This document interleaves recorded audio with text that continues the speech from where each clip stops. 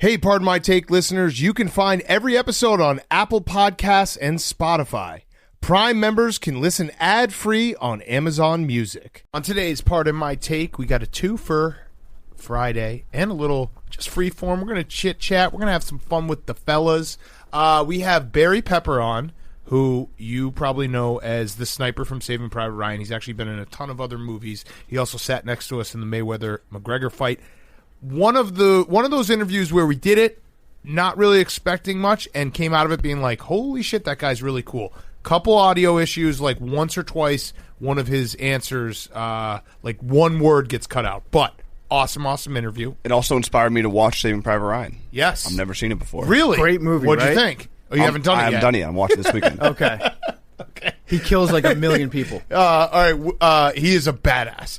And then we have Will Zalatoris on the show, part of our golf crew now, seamlessly fits in, really cool guy. We're going to talk about that. We got more stuff. We got Fyre Fest. Let's have a little Friday show. We're brought to you by our friends at Coors Light. What do you do when you need a moment to chill? How do you like to hit that reset button to get ready for what's next? Well, how about a little Coors Light? How about a Coors Light or a Coors Seltzer? That's because when you tap into a Coors Light, it's made to chill. Literally, the mountains on the can turn blue. It is made to chill. So if you're looking to just relax, it's a rat race out there, 24/7. Go. Well, guess what? This weekend, just have yourself a nice, chill, crisp, refreshing Coors Light from the Colorado Rockies, or a Coors Seltzer, which is also refreshing. Crack that thing open. Sit down on the couch, maybe sit down on a lawn chair if it's nice outside in your backyard, and you're going to have a delicious, awesome time chilling out with a Coors Light or a Coors Seltzer. So if you ever feel like you're always on that go, you're juggling a million things at once, and all you want to do is chill, Coors Light is literally made for those moments because everyone likes variety. Coors also has introduced refreshing Coors Seltzer with flavors like black cherry, mango, and lemon lime. Get Coors Light and Coors Seltzer delivered straight to your door with Drizzly or Instacart. Celebrate responsibly. Coors Brewing Company, Golden, Colorado, and Fort Worth, Texas. Also, send us those Blue Mountains this weekend. Nothing better than some Blue Mountains on a weekend. So thank you to our friends at Coors. Okay, let's go.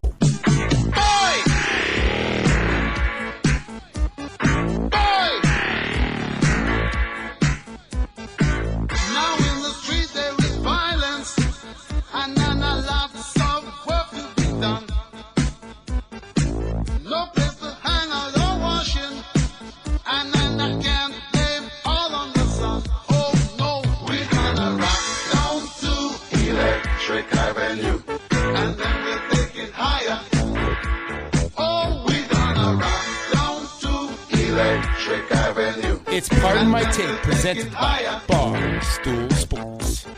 Welcome to Pardon My Take, presented by Coors Light and Coors Seltzer. Go chill this weekend with a Coors Light or Coors Seltzer. Today is Friday, April 16th.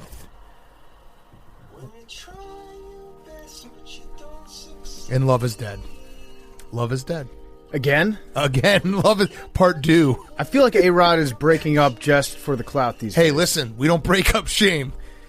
I'm not laughing, but I just need his a moment. Instagram story is just, it's all time. Did you just need a moment? So in this Instagram story, the way he's got it set up, it's pictures of like J-Lo and her daughters lying down on baseballs, pictures of A-Rod and J-Lo, and then the coup de grace, the best part, is he put like a box of Kleenex down there to imply that he's been crying. I hope that someday you feel even I can't listen to this anymore, 1/10 of the love that A-Rod and J-Lo felt. J-Rod, America's favorite celebrity couple, and Love is Dead. Well, how lucky has J-Lo and A-Rod been to have something that they cherish so much that it hurts so badly when it's taken away? Yeah, it's truly the test. It is truly the test. Would you rather never love, or what is it? What's love? It's better to have loved and lost than to never have loved at all. Yeah, there it is. That's it.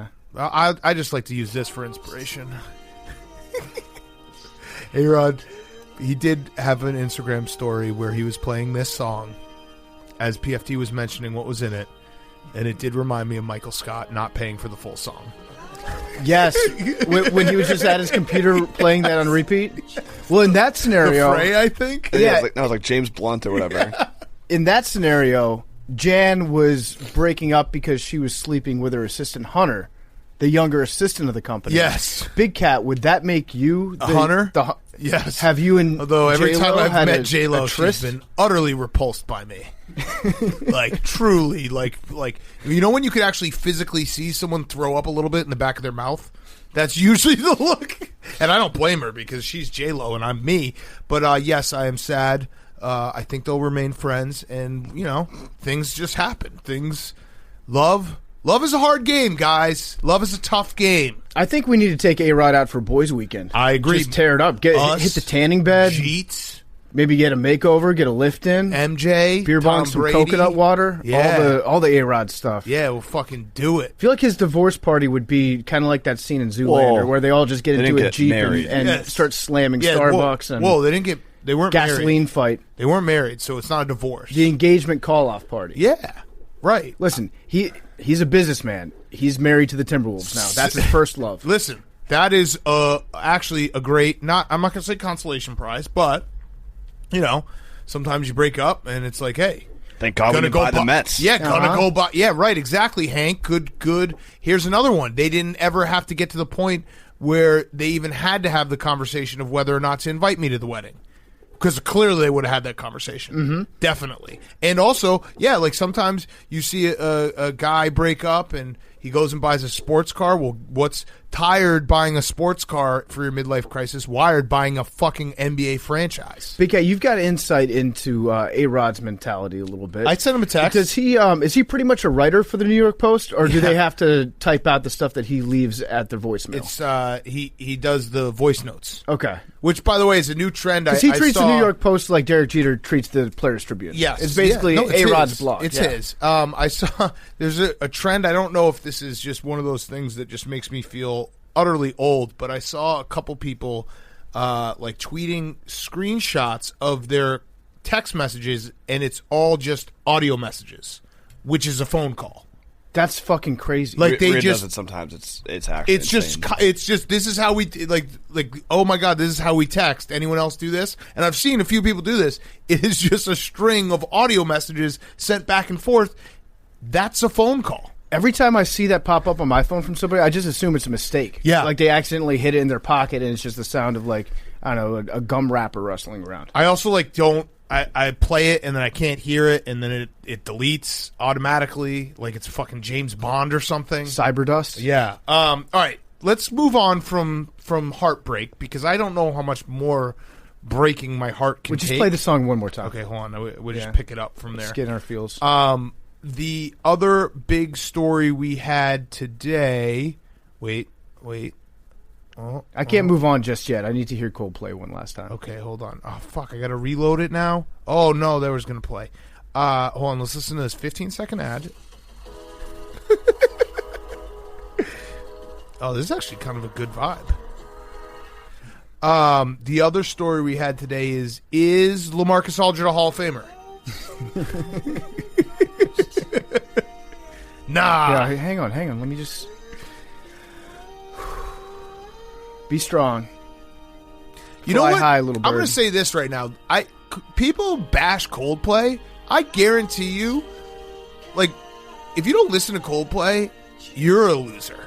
You know, it'd be an all-time flex if J-Lo like the original went Imagine out Dragons. and if she bought the New York Mets right now, if Ooh. she invested in it. From Stevie. Yeah. From Stevie C. Coldplay is one of those bands that just for everyone decided, like, oh, we'll make fun of them because, you know, yeah, they sit in the piano and they do the English accents. It's always raining and sad. They have some songs that are like jams. Oh, yeah. They've got probably like 6 or... Yellow? Yeah, Is an all-timer? Strawberry Swing is one of my favorite Coldplay songs. Obladi. Yep, Viva La Vida. Viva La Vida. Thank That you. guy's voice is angelic. What's his name again? Chris something. Martin. Chris Martin. Chris Martin. Their son with Is Gwyneth Apple. Paltrow is Apple. Gwyneth Paltrow Apple Paltrow. Is the the vagina, vagina goop. Yes. Yep. I didn't know that until right now. How about that? How about Gwyneth Paltrow like having a very good like career as an actress, and then you just make a shitload of vagina goop, and then you're the vagina goop lady. She's selling various things that smell like her vagina. Yeah, it's just like you didn't need the rebrand that you took. What she did, somehow she's making good money, not from horny guys. It's mostly from women that are like buying Gwyneth Paltrow's vagina candles. Right. I'd Good buy for one her. if I needed one. I don't, but I would. You know who needs one? Don't say J-Lo. A-Rod. Oh, okay. We're respecting their privacy, okay? All right, other stories. Lamarcus Aldridge did retire. That was sad. I do feel bad for him. Irregular heartbeat, how long did he have it for? Arrhythmia? He got it once he got to New York. Okay. Yeah. Well, I don't know. I guess he was just diagnosed with it, but it's probably pretty serious. Yeah, that's So, a scary thing to have Him happen. and the goaltender, Henry Lundqvist, he had to basically retire from that, too. Oh, shit. Yeah. I didn't even know. We lost Henry Lundqvist, Lamarcus Aldridge, and Prince Philip all in 1 week. Yeah. Wasn't Lundqvist on like the Capitals at one point? He still is, I think, technically a Capital. His eyes are still gorgeous. They're beautiful. His hair is fantastic, too. Yep, all facts. Bonk. And then Ronald Acuna is truly the face of baseball, just hitting. We actually have, you know what the debate is that we had.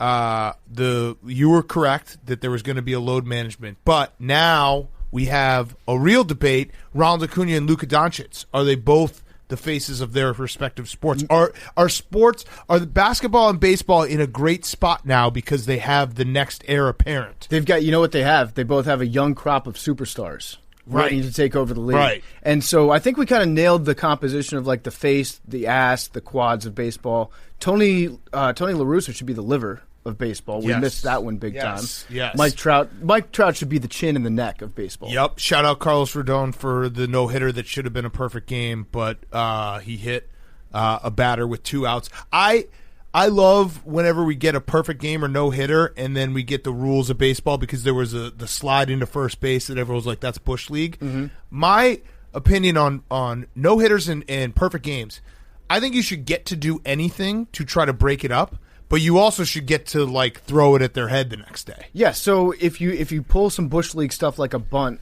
to break up a no-hitter, I think that's fine because getting that win if you can't get a win in the game, not being no-hit is just as good as a win. Right. That way you're not like immortalized as the team that got no-hit. So yes, I agree. Like do anything that you can to if you're down like 11 runs, doesn't matter. Right, and if it's quote unquote Bush League, I'm not going to complain about it. I just expect there to be some retribution the next day. Yeah, I love Bush League. Right. Bush League is some of my favorite parts of baseball when people like do shit that's outside the unwritten rules. Yep, absolutely. Love that stuff. Also, we had an article come out in Sports Illustrated yesterday. Yeah. I thought it was fake when Billy sent us the quote card from it. Yeah, so we have Daniel Jeremiah coming up next week. Awesome interview with him on the draft stuff. So we actually read this during the interview. Yeah, go ahead, read it again. Well, it was basically Trevor Lawrence. It was 2 quotes. One from his high school coach saying that he doesn't need to win, and then his dad being like, yeah, I'm not so sure he couldn't just walk away tomorrow. Ooh. And so I thought they were fake quotes because they looked like, and this is like the new thing that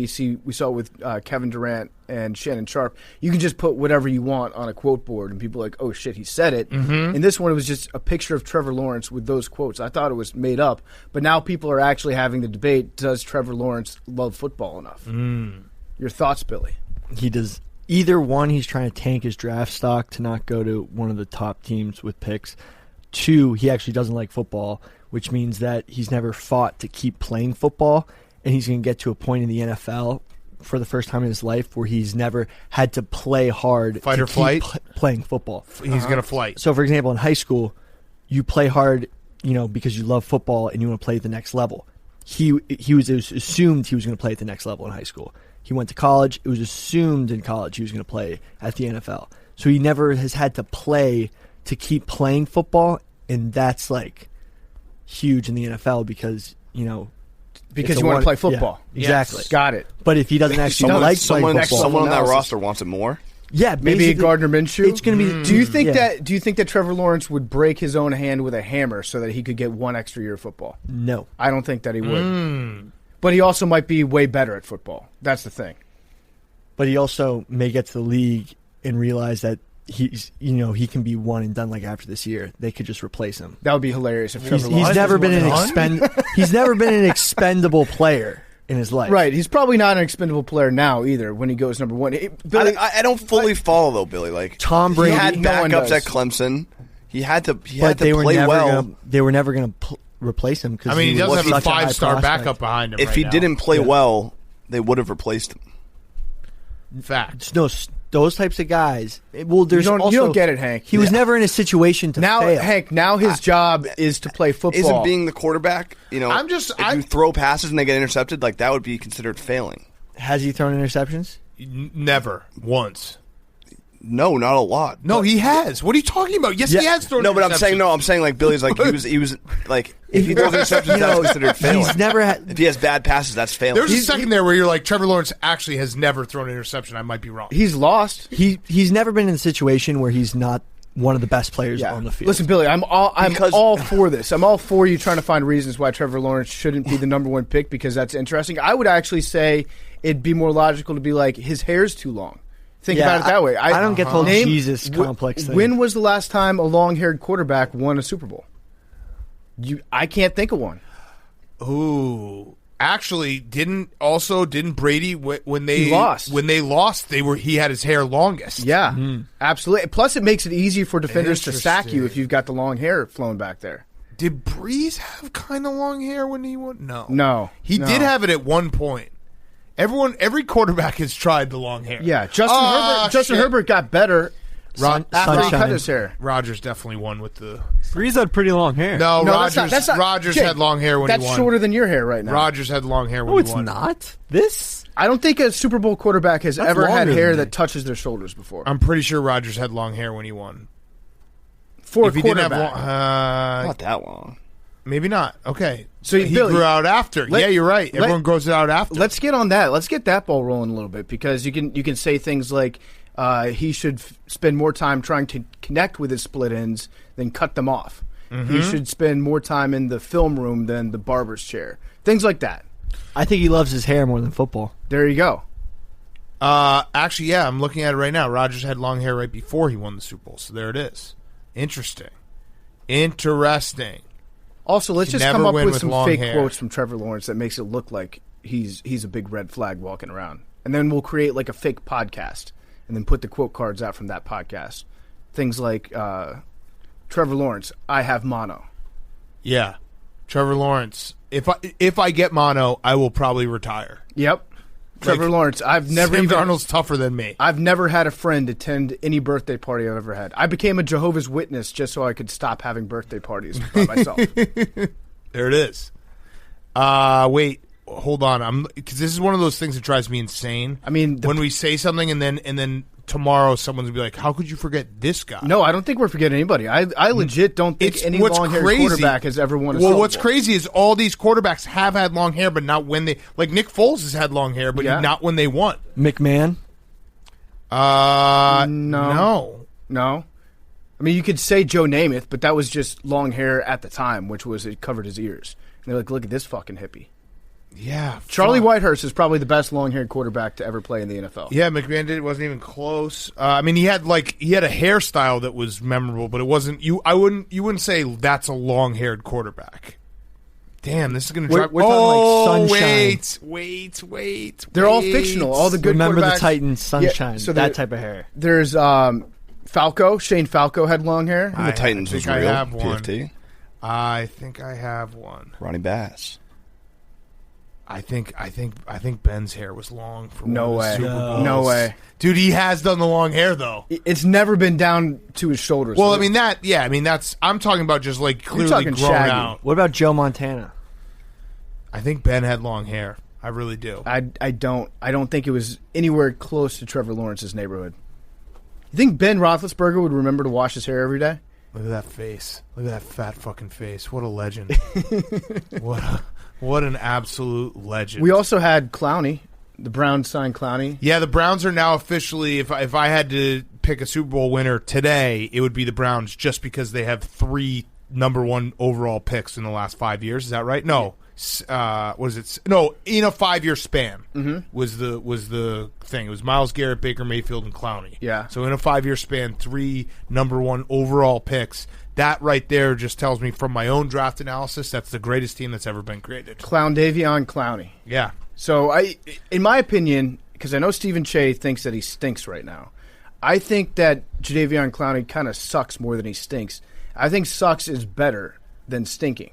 So if a guy sucks, he can still be pretty good, but he's not living up to the expectations that come along with his name. Right. It's not like he shouldn't be on the field. If you stink, you shouldn't be on the field. Then if you're trash, you shouldn't be in the league. The problem is he's kind of sucked for a little bit, so it might be just who he is now. He sucked his way into stinking? Right. I mean, how much, and I know this is kind of a ridiculous thing to say, but I really truly believe it. How many millions of dollars do you think Jadeveon Clowney has gained in his life and his career from that one hit against Michigan? Ooh, like it has to be. There has to be a number. 60% of his career earnings. Like every time you think of him, you think of that hit, and you're like, "Well, he's a beast." And he obviously was very good for a while, but he hasn't been that level for a year or two. Every now and again, you come across a highlight that is, when you see it, you're like, "That is football." Yes, and that was just a football play. Yes, he hit the dude in the back. Everything happened perfectly on that. He went straight through the middle, hit the guy, knocked his helmet off. The ball came out, and then he palmed the football on the ground and picked it up. Like, it all happened perfectly in succession where you're like, that is the perfect football highlight. I thought that was going to be John Bostic after his Teddy Bridgewater hit, and the Bears drafted him. When he knocked the shit out of him. Yeah, but then the Gators ended up losing that game, so that was a whole different story. But, yeah, there's one huge hit. That's basically our draft.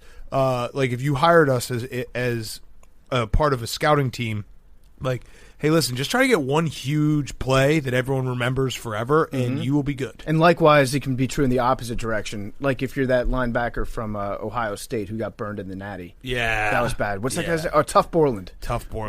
Where he looked like his legs were two different sizes when he was trying to chase him down. Yeah, he tried two different gates while he was running. Yep. The other weird story we had was, I don't know if this has been debunked. I've seen conflicting reports, but the original report was that Sam Darnold was offered, the 49ers offered the 12th pick in the draft to the Jets for Sam Darnold, and the Jets said no because they didn't know if Zach Wilson's shoulder was going to work out, or like they had issues about that, so they were thinking about maybe keeping Sam Darnold and not trading him. Now everyone obviously is running with the story that the Jets are idiots because they didn't trade for the 12th pick and all this stuff. They would have had the third and the the third and the 12th. No, second and the 12th. Yeah.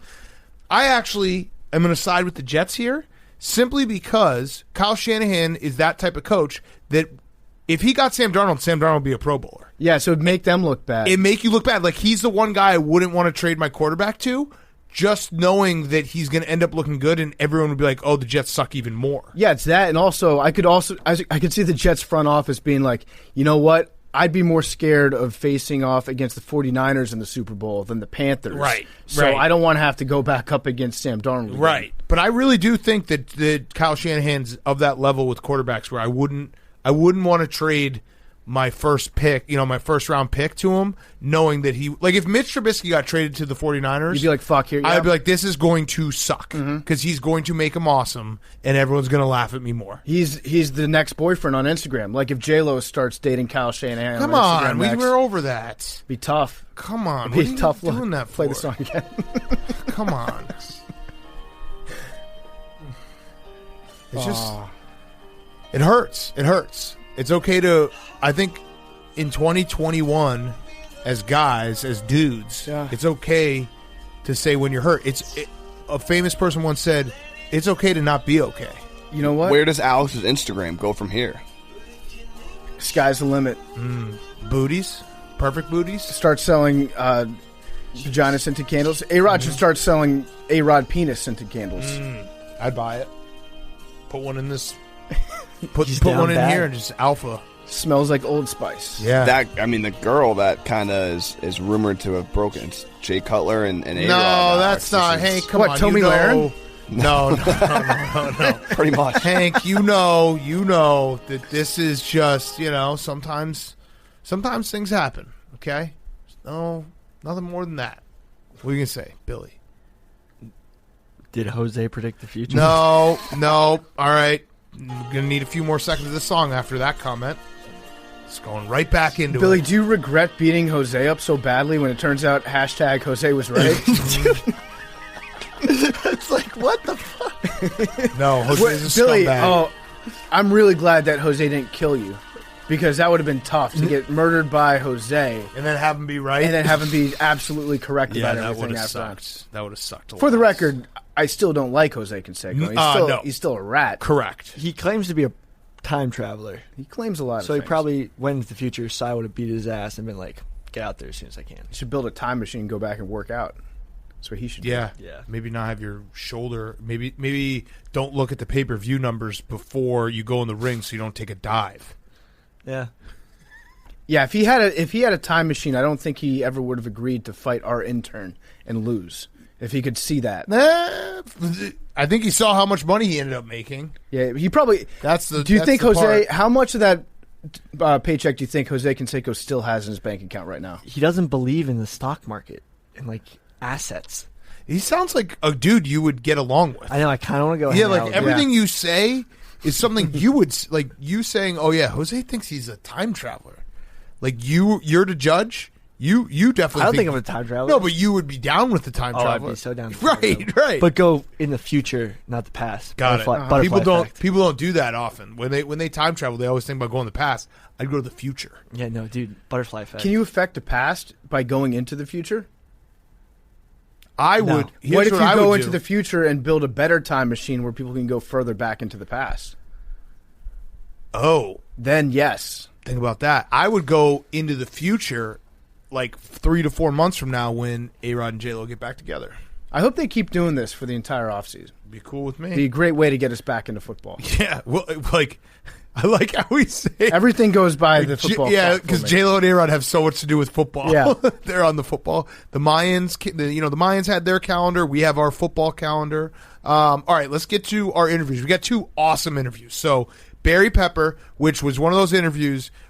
I'll fully admit we took it because we sat next to him at McGregor Mayweather. In front of him. In front of him. No, behind him. Yeah, we get that wrong in the interview. Yeah, and we thought that would be funny to have him on, and then he turned out to be like one of the most fascinating guys we've talked to. I would love to have him in the studio to have that conversation. Yeah, so there's a couple of moments where a word or two cuts out just from technology. It sucks. Sorry, just a heads up, but we got the gist of it, and he's an awesome interview. And then we're going to have Will Zalatoris, who is now part of our golf crew. Before we do all that, our friends at Free Fly are back. Brands send us clothing all the time, and there aren't too many that I can actually say that I love enough to wear on a consistent basis. Free Fly is one of those brands, I'm going to say it right now, I actually bought Free Fly stuff before they started working with us. That's how much I love it. That's how soft their T-shirts are. I love, love, love their T-shirts. They also have some really lightweight hoodies that are great. Free Fly makes performance clothing made from buttery, soft bamboo, and it literally feels like, I don't know, what's the softest thing you can think of, Billy? Go. Softest thing you can think of. Softest thing you can think of. Softest thing you can think of. Clouds. Yogurt. Clouds are very soft. So, Free Fly, like I said, I have the T-shirts. I love the T-shirts. They're super soft. They're perfect if you're looking for just some good-looking plain T-shirts. Not enough guys just wear regular solid color T-shirts in the summer. It's a classic look. It makes you look good. And guess what? With Free Fly, it is super comfortable to do. So whether you're hitting the gym or lounging around the house or maybe even going out for a nice dinner in the summertime, Free Fly has you covered. On top of being super comfortable, Free Fly's bamboo clothing has UPF sun protection, wicks away moisture, and won't hold an odor. So go right now to freeflyapparel.com/take, freeflyapparel.com/take, and you get 20% off when you visit freeflyapparel.com/take. Again, that is freeflyapparel.com/take. You will not be disappointed with their products. freeflyapparel.com/take. Okay, here he is, Barry Pepper. Okay, we now welcome on a very special guest. It is actor Barry Pepper. He's got a new movie that is out April 16th. It's called Trigger Point. It's in theaters and on demand. It's going to be an awesome movie. I'm very, very excited for it. So, Barry, thank you for joining us. I just alluded to it before we started. When we saw your name come across our list of potential guests, we were like, we have to have Barry Pepper on because you don't realize this, but we sat next to you for the Mayweather-McGregor fight, and we were very drunk, And I think we asked you for a picture, and I think we also harassed you, being like, "You're the dude who killed the Nazis." So we just want to see. Do you remember us? Check this out. Oh Does shit! he have a picture He's with a us? picture of us Framed? Oh, there yeah. it is. The stub. Got it right there. It's right there. Yeah. Wait. So you guys must have been seat 7 or 8 because I was 5 and 6 or something like that. Yeah. Wait, if you don't recognize this, maybe do you recognize me? Man. Do you recognize this? I mean, it was a wild. Yeah. We were right in front of you, actually. No, we were behind. I have the picture. Oh, we were? We were behind you, right behind you. I just tried to roast you by saying we had better seats, and it was an all-time backfire. Yeah. Congratulations on having better seats than us. I found the That's tweet. awesome. I found the tweet too. I said at 11:09 p.m. on August 26th. I said, sitting next to the sniper dude from Saving Private Ryan. Yeah, we're big time now. Also, what's his name? So, Hey, I do the whatever you call it, the narration for Showtime for those fights. So that's how I was there. oh shit! Cool. So we did have good seats. I guess so. Yeah, that's cool, man. Yeah. Right on. Nice to see you. Yeah, good to see you again. Great to see you. So that's what I recognized you from, because Saving Private Ryan was one of my favorite movies. One of the best war movies of all time. It's anytime you hear people talk about it. I know Big Cat went over to Normandy. I went over to Normandy also a couple years ago. Wow. Everybody over there always talks about Saving Private Ryan as being the most true to what actually happened of any of the other war movies. And I'm just curious, do people come up to you and they like recognize you from that movie? And do they thank you for your service ever? Do they ever think you're actually from the military?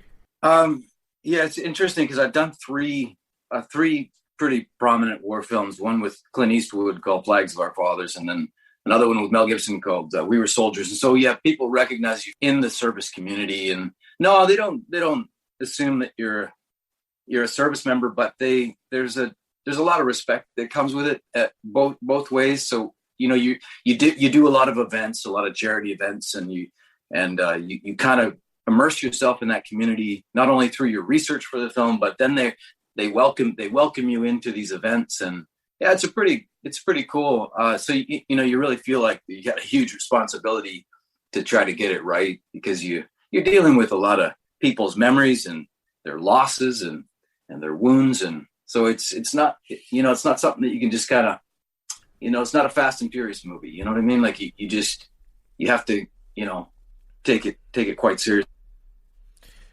You'd be sitting at dinner with some young woman with a full prosthetic arm, and it's a trip, Yeah. So you really want to make sure that you do it right. So how did you end up in Normandy? So I went there on vacation. Went over to Paris for a day, then took 2-day trip to Normandy, and then left town. But I always wanted to see that coast because For that purpose. Yeah, for that purpose. My great uncle Wow, was. cool. I think he was on Omaha actually. He got shot in his hip, but he never wanted to talk about it when he got. My great uncle never wanted to discuss it after he came back, and so I never really got to talk to him that much about it. But it was fascinating to be there and to see where all that happened. Yeah, and that was sort of one of the highest honors. Was people said, it kind of spoke for them. Sort of people like your uncle, they didn't have to really articulate it; they could just sort of say to their nephew or their wife, and this is sort of why I couldn't talk about it. It's a lot like that. Yeah. So Yeah. that was pretty.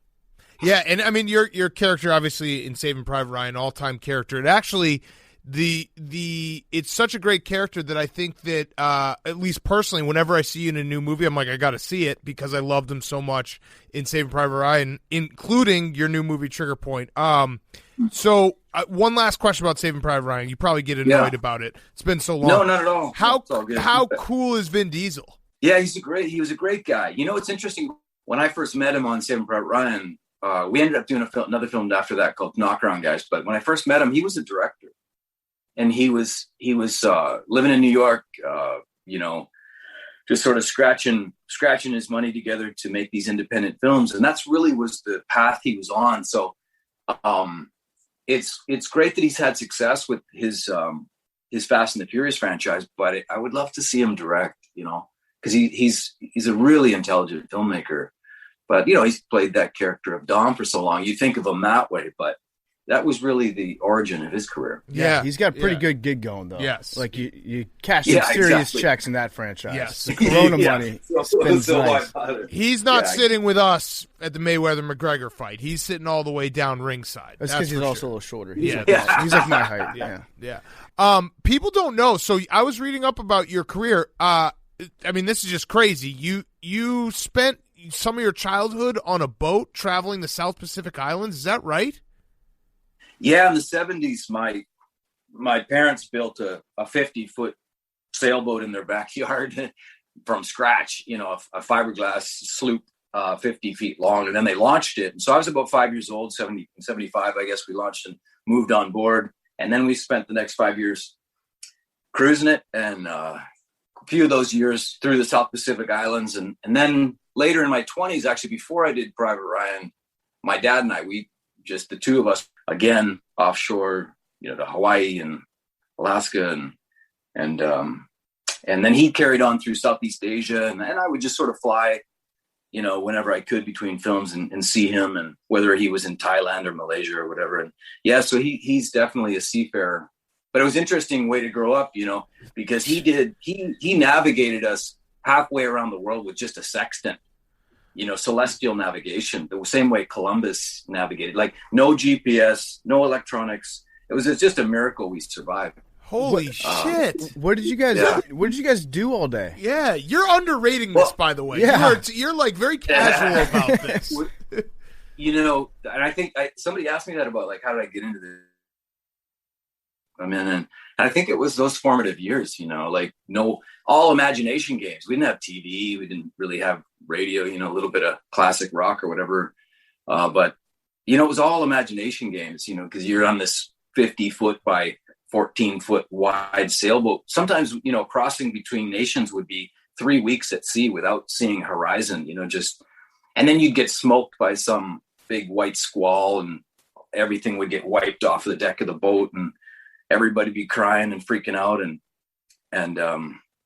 it's some pretty wild times at sea. And so, you kind of live in your imagination as a child. I was just 5 through 10 years old.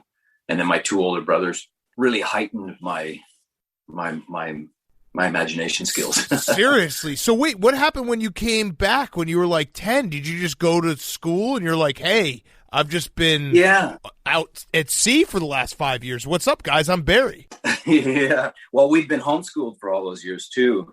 And, which was pretty cool. Like you get your homework done and then you just dive off the boat and go, scuba diving or spear fishing, or not scuba, but snorkeling or spear fishing, or go climb a coconut tree. And it was kind of like, a little bit of like a Swiss Family Robinson upbringing, because of course we're in the tropics and we weren't a well-off family. So we didn't go to the expensive fancy ports and yacht island groups, kind of like the places where they shot Survivor. That was sort of where we ended up, on the small atolls and islands where the local people lived, and you could kind of just live on a dime. Mm-hmm. Wow. Going to school on a boat that size, is it difficult to write on a boat? Well, we would eventually get to harbor and you'd anchor and you'd be in a protected, atoll or somewhere. And so it'd be calm. But at sea, it was very, very difficult because you'd be like this. Sailing, you're sailing from, say, Hawaii to the Marquesas or Fiji or Tonga or New Zealand or wherever you might be sailing. And sometimes those crossings, like I say, would be, so you go a little bit stir crazy. Yeah. So then you come back to land, and then I would imagine it might be difficult to make friends after having that have been such a formative experience in your life. But I did read that you were a really good athlete in high school. I'm wondering if that kind of helped you bridge the gap and kind of introduce you to people. Yeah. My dad and my eldest brother and I, we all played on the same baseball team growing up. So that was pretty cool. It was always sort of a family thing. We were always doing sports together. So yeah, my dad was a lumberjack. He was a faller. He fell trees for a living up on the Pacific Northwest. So I guess he kind of passed on that to us to not let anybody mess with us. And so yeah, it was always sports and boxing or whatever. And no, we didn't have any trouble integrating, but it was more just that lack of freedom or that loss of freedom, right? Like I say, finish your schoolwork and then just go and cruise up through the jungle or, dive into the ocean and play all day in the tropics. Yeah, it says that you played fastball on your Wikipedia page. I didn't know if that was like a Canadian term for baseball or if that was accurate. Yeah, in Canada it's called baseball, but it's usually like a beer league, a men's beer league. Would be like a fast. No, got it. Like fast pitch. Yeah, fast pitch. Okay. Yeah. We played a lot of that growing up because there wasn't a lot of baseball and there wasn't a lot of football in Canada. Growing up in Canada, it was mostly rugby and fast pitch, and until you graduated into a higher level. Yeah, my brother played AAA ball, but we were in rural small towns, so it was like rugby was popular because all you needed was a mouth guard. Yeah, you didn't have to buy all the expensive gear. You're the Canadian Dos Equis guy. You just dropped that your brother played AAA ball. Like that's not nothing. AAA ball is right there. Yeah. It's pretty damn hard to play AAA ball. It was because of him. In fact, this is my 40-year-old Yankees cap that I inherited from him when I was just 10 years old, and so I became a Yankees fan because he was a Yankees fan, and then I ended up doing a film with Billy Crystal called 61 years later, where I played Roger Maris. So that was kind of a neat evolution, growing up idolizing my older brother who was this Yankees fan, and then getting to play Roger. That was kind of cool. Yeah, that was a great movie. What's your favorite role that you've played, or the role that you like? If someone said to you at the end of your career, you want to be remembered for this role or that role, is there a specific one that sticks out to you? Yeah, it's interesting because I'm a character actor, right? And I'm a journeyman actor. I'm not A-list. I get a lot of good supporting characters. So it's been really diverse. Like I really enjoyed playing Lucky Ned Pepper in True Grit. And if I could, do a Western series, I'd love to do a Western series. You can't play Jackson forever. You can't be the sniper. And that's what ended up happening after Saving Private Ryan is you kind of get slotted into, everybody wants you to play the psychopath, the next sniper, the next, that guy. And so I was trying to, find diversity and ended up really, being able to slip into these different character roles. For me, that's what's been really cool is that I can disappear into those roles because I'm not overexposed as an actor. People go like, I didn't even know you were in that. And that's kind of a compliment. So it's challenging for me, like to say, was playing Robert Kennedy, better than playing Lucky Ned Pepper. I mean, it's just so different. Right. And I think that's kind of the fun of being a character actor. But so sorry, I really it'd be hard to choose. Like, yeah, no, that's an interesting answer though, because it's a lot of times someone who has a career where they've done a bunch of different things and been like, maybe not the lead role in all these movies. They might say like, oh, I should have had more leads. Like, but it's interesting to have that perspective of like, people don't even realize I'm in something, which is almost a compliment because that means you did such a great job at it. Yeah. Like, I mean, I'm certainly not making the bank that Vin is making in the Fast and the Furious type series. And that's an awesome franchise that he's built. But it's just a different career path. He's done really well with that. And, but I really kind of enjoy the diversity of the different roles I get. And I also like to live really rural. I live in the country. I'm a dual citizen, but I have a home in Canada and I like to spend a fair bit of time up here. I hunt and fish and I have a big garden and an orchard and we kind of live rural, and so it's kind of tricky to have one foot in and 1 foot out. And in terms of a career, then there's a flip side to that, right? Yeah. You get your anonymity and your freedom, and you get to live the life the way you want, and you get to raise your kids, but you're also not going to get the best roles, right? So right. you gotta find your balance with it. It sounds like a great balance, though. It sounds like what you have right now is what a lot of people are chasing when they go after the big roles, when they want to be, the A-list guy. They just want happiness and like a little bit of peace and financial security. It sounds like that's what you've got, which is awesome for you. You brought up the term character actor, and I wanted to ask you about that because, just kind of talk to me like we're, I don't know, 4 or 5 years old, and maybe you can explain a little bit better. What is the difference between being a character actor and just being a really good actor? Like, in other words, why don't they give like lead roles to the character guy? Yeah, I don't know. I mean, I think part of it is your personality too, right? If you're happy to do all the talk shows and you're really willing to be a celebrity and show your personality and always sort of be available, then people get to know you as sort of their friend and neighbor. But it's challenging for us as viewers to escape with them. You're like, oh, that's so and so, but he's just wearing a mustache because he's a celebrity, and it's really hard for them not to break the fourth wall. Anonymity to your life, you can disappear because people are like, what's that guy's name again? And he played that, and it's like somebody I really respect is Harrison Ford, but he's not a character actor. He always plays Harrison Ford. Or Tom Cruise, he always plays Tom Cruise. Whereas Tom Hanks has that sort of ability to chameleonize a bit, but he's become Tom Hanks so much to the point where it's really challenging for him now because he can't escape like he used to. Right. Into the, we still love him and we still, watch every movies but it's like you're not really asking Harrison Ford to do anything other than be Harrison Ford in every. I guess that I don't know if that's a convoluted way of explaining it. It's actually a great answer. I'd never thought of it. If you're really overexposed, then it's really challenging to disappear, and so it's a fine line. Yeah, that's fascinating. I hadn't thought of it from the perspective of somebody doing all the publicity and then connecting with people outside of their movies, making it kind of like a challenge to do that. And I'm not trying to bullshit you guys. Like, I mean, there's obviously a certain freedom, financial freedom and life that comes with being a celebrity. And it's just that there's a trade-off, like, would I be disappointed if I was doing a big franchise that exploded and, that would be nice financial freedom, but you certainly trade your anonymity and your freedom instantly. So it is what it is. And you know what? I don't know that I really tried to design it at all, other than the fact that I wanted to just live where I live and do what I do and not chase it very hard. And if good roles come my way, then great. Yeah.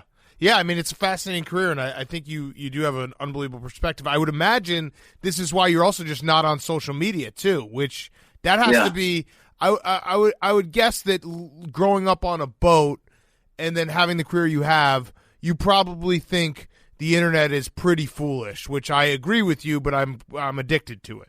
I know, I think I'm just not very disciplined. I think it's such a dumpster fire. It would suck me right. Then I'd be X'd, and I just know myself. I get too political. Things would upset me and I would say stupid shit. And so, yeah, I think it's just better. And two, I'm 51, so I grew up without all of that. And so it's actually challenging for me to feed it.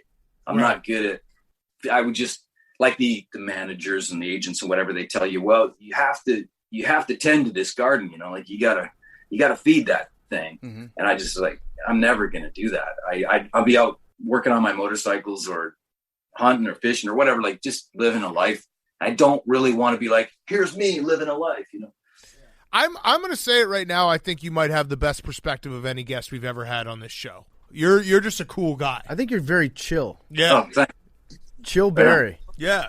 Barry's a great name. We know each other, and we've met before. And we've met before. Right, exactly. We hung out sort of at the Mayweather.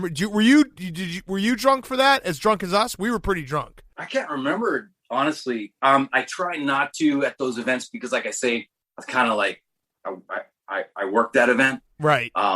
So the Showtime just hands me some tickets. I didn't choose those seats, but so I usually go to I got to do press beforehand, and then I got to go to these parties and shit and talk, to all the producers, and so I generally try. But yeah, I might have had a few tipples. All right, we drank more than enough for you that night. We don't even remember the fight. We were so drunk we thought McGregor had a real shot at winning. We walked out being like, I think he almost won that fight.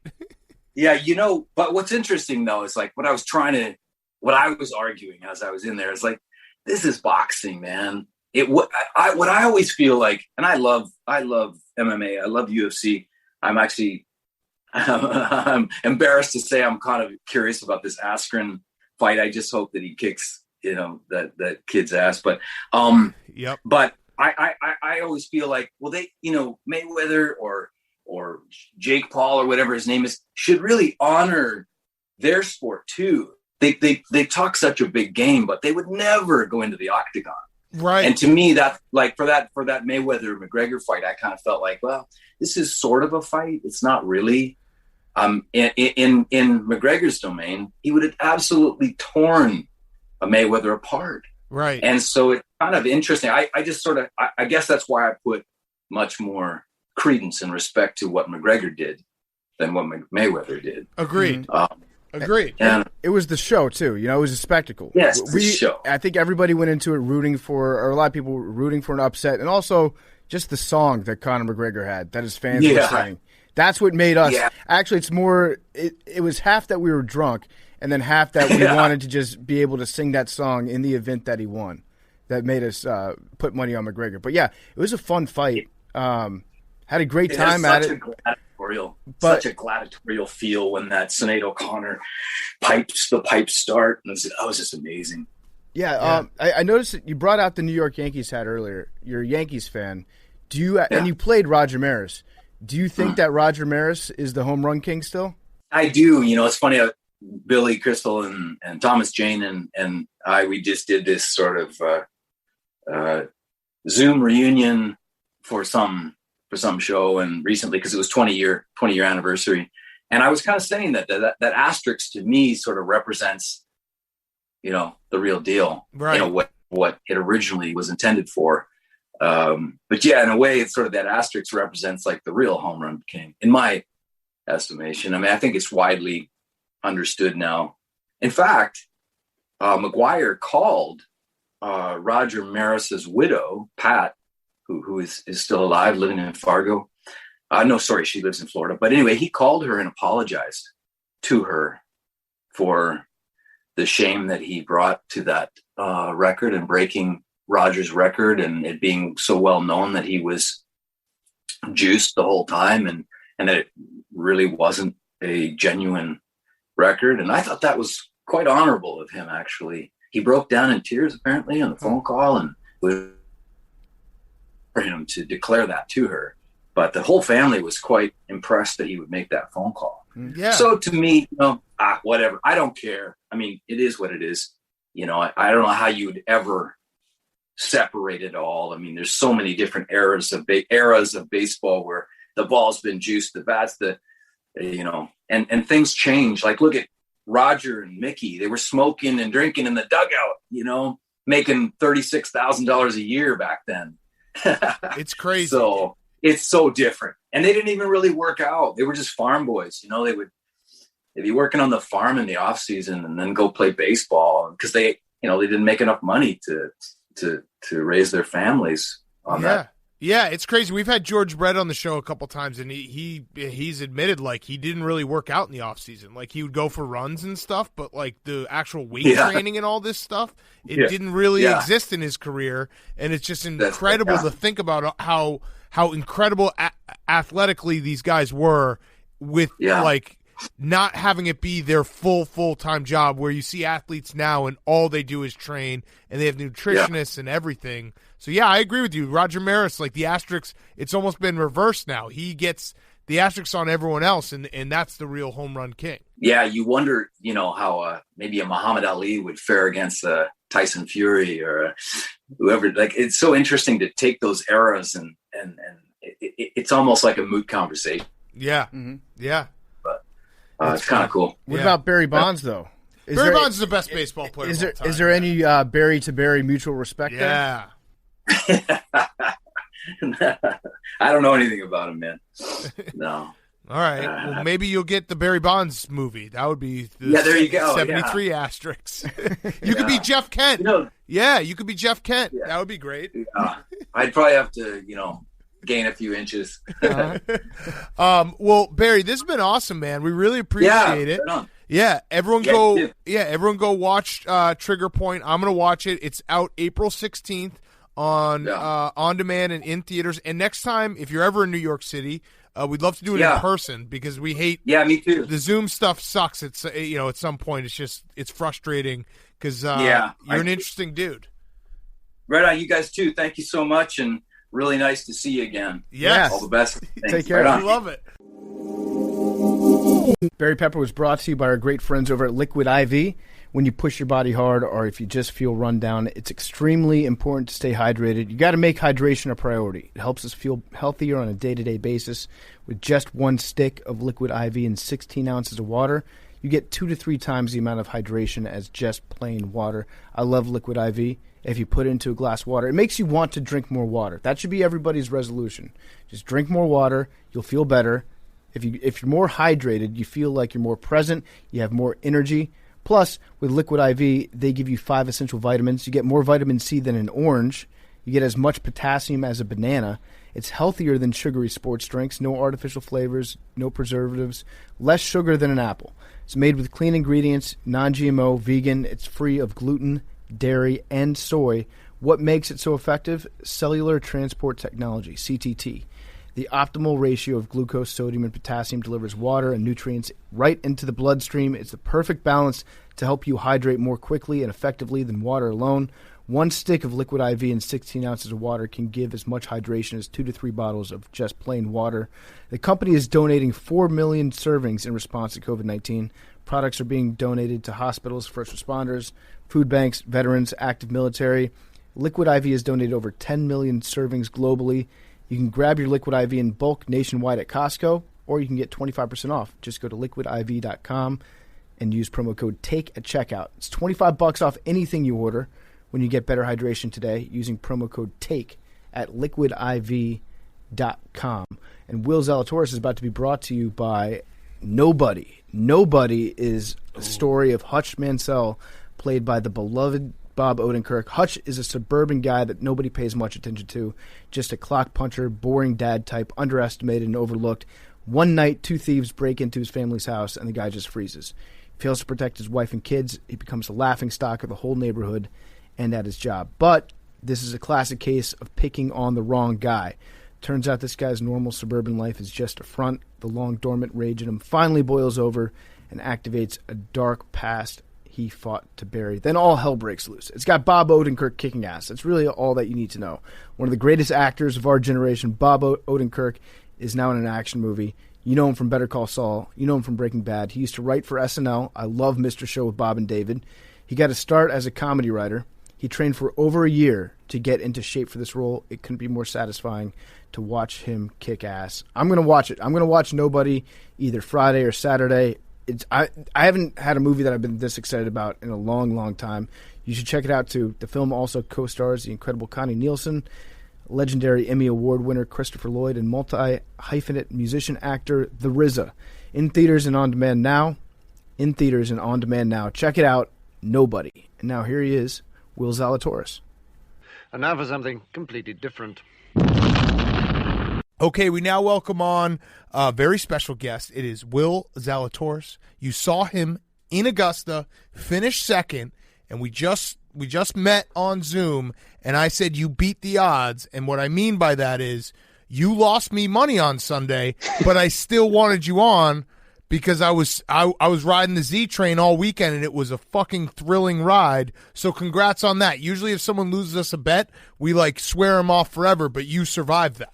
I've had 150 Venmo requests for way to lose by one asshole or something like that. It's been so funny.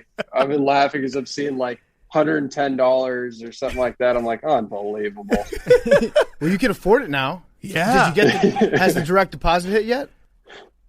I gotta be honest, I have not looked. Oh, that's insane. I would just be refreshing over and over again. Yeah. Yeah, I'm actually really surprised I've made it this far, but yeah. Look right now.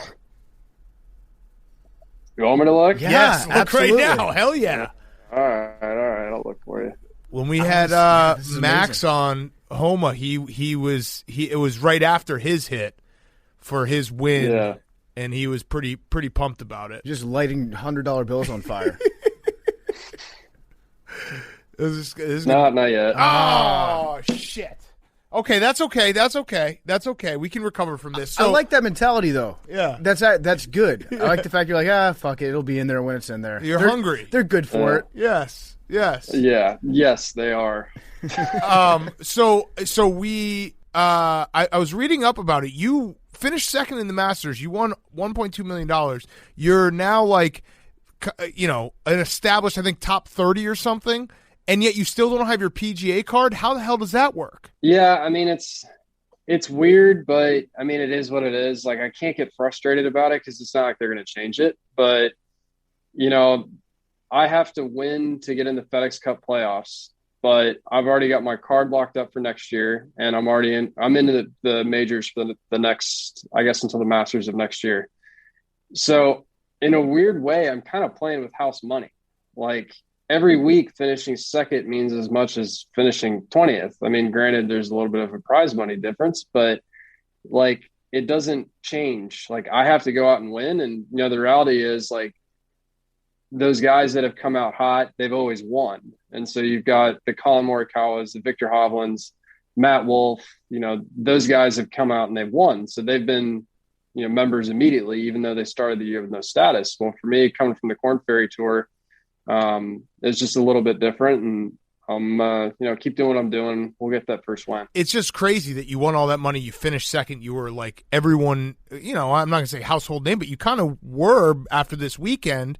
And you technically, if you don't win, you don't get to play in the playoff, even though you'd be top 15. Yeah. So, I mean, so I think someone said to me today that I think if I was on the list, I would have been 13th or something like that on the FedEx Cup list. But, I mean, jobs to go out and go win a golf tournament. I know it's like I'm kind of looking at it a little more stoic than I should, I guess. But, getting mad is not going to solve any problems. So it is what it is. And I'm in a really weird spot. Like, I don't think there's really been anyone in this spot maybe ever. Okay. So. Yeah, I got a solution for you. And this is part of the reason why we wanted to have you on. So we wanted to offer an invitation. We talked to Max Homa and Brooks Koepka as an official golfer that Pardon My Take roots for. Now, we're not golf guys, so it's a very select group. But what you just described is exactly what we do as a podcast. We will get mad at the PGA for you. You can be stoic, and we can be bitter and like petty attack dogs. I love it. Yeah, all for a small nominal fee of all future winnings. Do you accept? It's non-negotiable, right? Non-negotiable. Nope. Max and Brooks are in. Unless you have a counteroffer. Yes. Yeah. Well, if it's non-negotiable, then yeah, I'm in. All right. Okay. Perfect. That's amazing. I tell you what, just give us your banking password. We'll check for you, so you don't have to spend all this time refreshing that screen like you've been doing nonstop. Yeah. We'll let you know when it goes in. I'm interested to hear what your mentality was going into the weekend, like how confident you were. I'll put it this way: when you booked your stay, did you book it through Friday or did you book it through Sunday night? Monday, actually. Whoa. Okay. Just knowing Monday because of the weather, for one, because we were going to have a lot of weather. But I was, I don't mean to minimize the moment, because when I stood on the first tee, I was talking to my caddy, and it's like, look, I've wanted to be in this situation my whole life. Final group of the Masters, like everything that I've ever wanted. And I thought that weight would have made me more nervous. And I kind of told my caddy, I was like, I thought I was going to have like a next level, like nervousness. And I didn't have that. It was kind of I just kind of had an attitude of like, the hell with it. Like we're here. The kind of what my caddy Ryan told me is like, he's a military buff, and he's like, weapons free, boys. Yes, we're going. Like, this is it. So we just, that whole weekend, it's like, hey, finishing second means as much as finishing third, fourth, fifth, sixth, whatever. Like, we're out here to go win a green jacket. Let's go get it. And I saw the quote. You said that you told your family, like, if I'm stupid enough to think I can play here, then I'm stupid enough to think I can win it. And that's, that's kind of that's why you fit perfectly with this podcast. The whole, like, ethos is we're just dumb enough to think we can be successful. Like we don't actually realize we shouldn't be. Yeah, I mean, the whole quote was really from over the last year. We've had so much going on between COVID and whatnot. Like, if COVID didn't happen, I wouldn't have even tried to qualify for the U.S. Open. But then I was given a spot anyway, and the U.S. Open moves to September, so I'm able to play, I wasn't even to try to qualify. So I'm even given a spot. It's in a time that fits because I was going to try to put all my focus on the Korn Ferry Tour to get to the PGA Tour.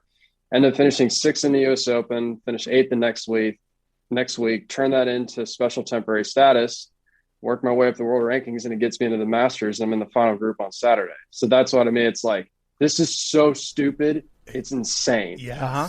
Yes. So that's why that was kind of like, if someone told me I was going to play in the Masters, let alone be in the final group on a Saturday 6 months ago, I would have thought you were high. Yeah. And the Monday checkout is, I like it. I mean, like Max, who's also now a brother in arms for you because he's part of the group.